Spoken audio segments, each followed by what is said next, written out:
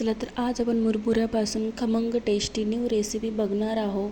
मुरमुऱ्यामध्ये बेसन टाकून खूप छान होते. नक्कीच तुम्हाला आवडेल. एक वेळेस तुम्ही अशा पद्धतीने बनवून बघा. लहानांपासून मोठ्यापर्यंत सर्वांना आवडेल आणि झटपट ही रेसिपी आहे. चला तर आता आपण बनवण्यासाठी साहित्य बघूया. एका बाउलमध्ये मी मुरमुरे घेतलेले आहेत काढून गंजामध्ये स्टीलच्या.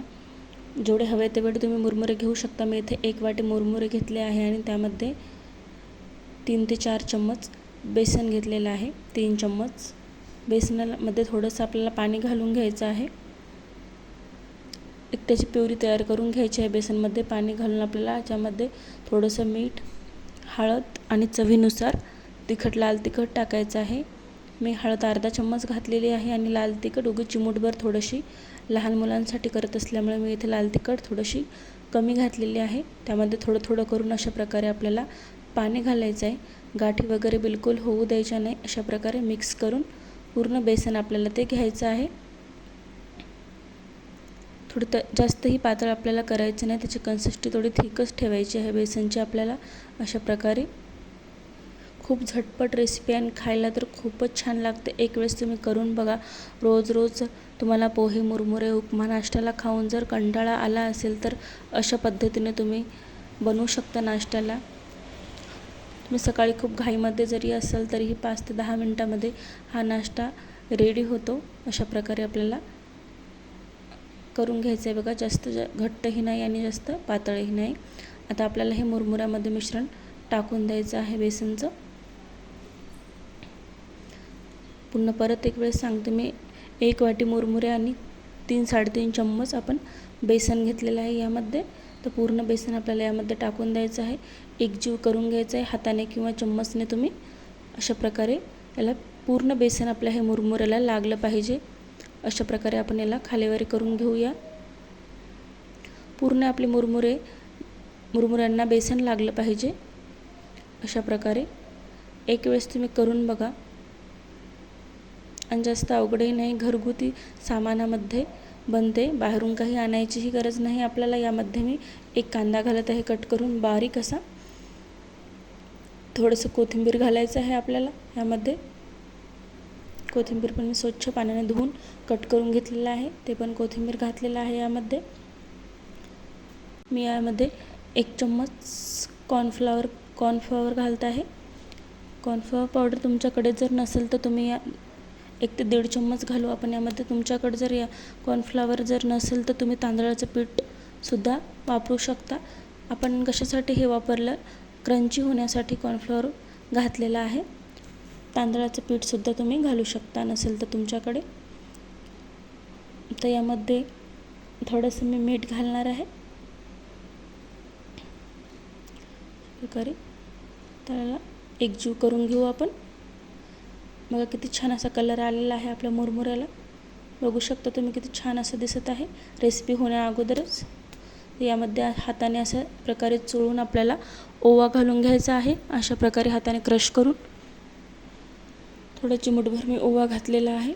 आता मी इथे डोशाचा तवा घेतलेला आहे मस्त असा. थोडंसं 1 चम्मच तेल टाकलेलं आहे. डोशाचा तवा हे आपल्याला गरम होऊ द्यायचा आहे पूर्णपणे. त्यावर आता हे आपलं बॅटर टाकून द्यायचं आहे मुरमुऱ्याचं चम्मचने. अशा प्रकारे बघू शकता तुम्ही. तुम्हाला छोटं मोठं जेवढं साईजचं थालीपीठ करायचं आहे तेवढं तुम्ही करू शकता. अशा प्रकारे चम्मचने आपल्याला ते पूर्ण पसरवून घ्यायचं आहे. तुम्ही कधी मुरमुऱ्याचे थालीपीठ खाल्ले का कमेंटमध्ये नक्की सांगा.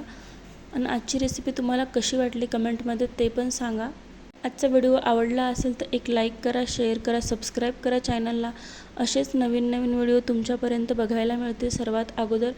तुम्ही व्हिडिओ कुठून बघता कमेंटमध्ये ते पण नक्की सांगा.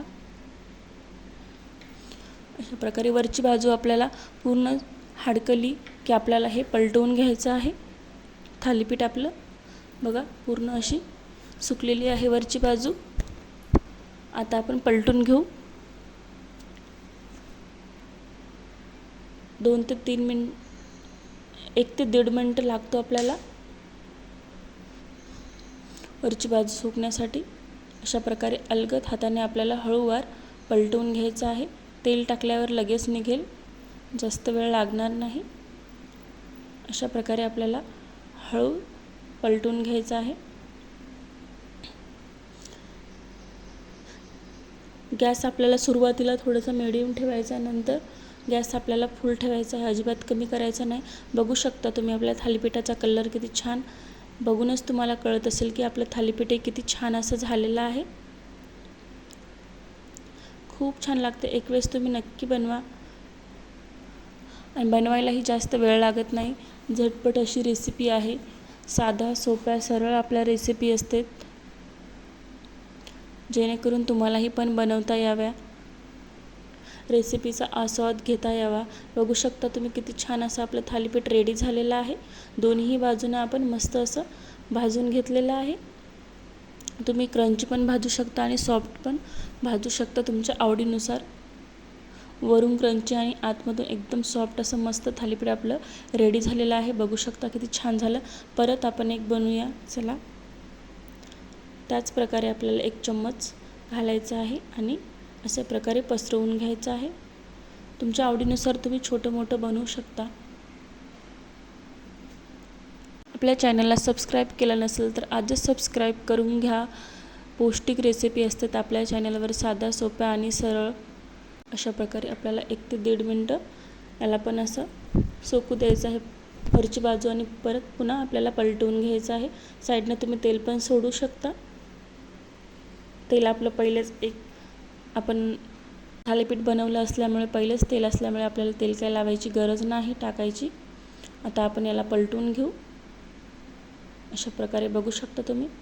हे पण किती मस्त असं झालेलं आहे. बिलकुल तुटलेलं नाही आपलं थालीपीठ. हे पलटताना सहज असं निघल्या गेलेलं आहे. अशा प्रकारे तुम्ही ते तेल फिरवू शकता. तेलाने जे साईडला तेल आहे ते आपलं तेल टाकल्याने काय होईल, लवकर भाजलं जाईल आपलं थालीपीठ. हे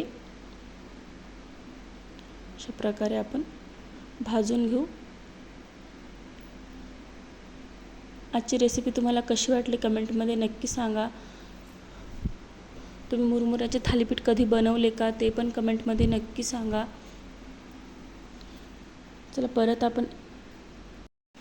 आपण एक थालीपीठ बनवूया. अशा प्रकारे आपल्याला एका वाटी मुरमुऱ्यामध्ये 3 ते 4 थालीपीठ रेडी होतात. तुमच्या करण्यावर आहे छोटं मोठं.